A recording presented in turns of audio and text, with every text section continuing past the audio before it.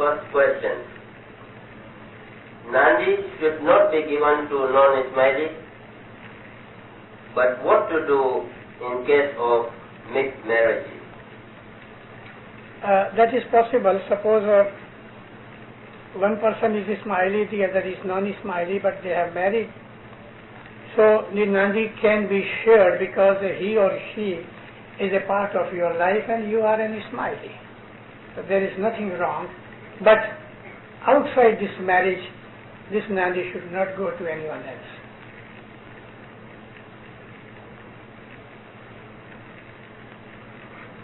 Question. Living in Western society, we are subjected to all kinds of Western influences and ways of life, both good and bad. Occasions such as Christmas, with its emphasis on commercialism and excessive materialism, Halloween and its devilish origins, all exert negative influences on our children. How does one cope with such situations and the difficult choices that they present? Very good question, and I'm pleased that such a question has come. It's very important. But in Waises, in Hazrat Imam's Farmans, we have learnt it that those people who are living in Western society under this kind of influence, their influence may not affect the minds of Ismailis who are regularly coming to Jamaat Khana and regularly paying their dues, regularly following the Farman of Hazrat Imam, and those people who are just Imani Ismaili, Alhamdulillah, their Iman won't be shaken under any influence. It may be Africa, it may be Europe, it may be China, or it may be Canada or America. So therefore it is very necessary. Bring your children, your whole family members, as much as possible.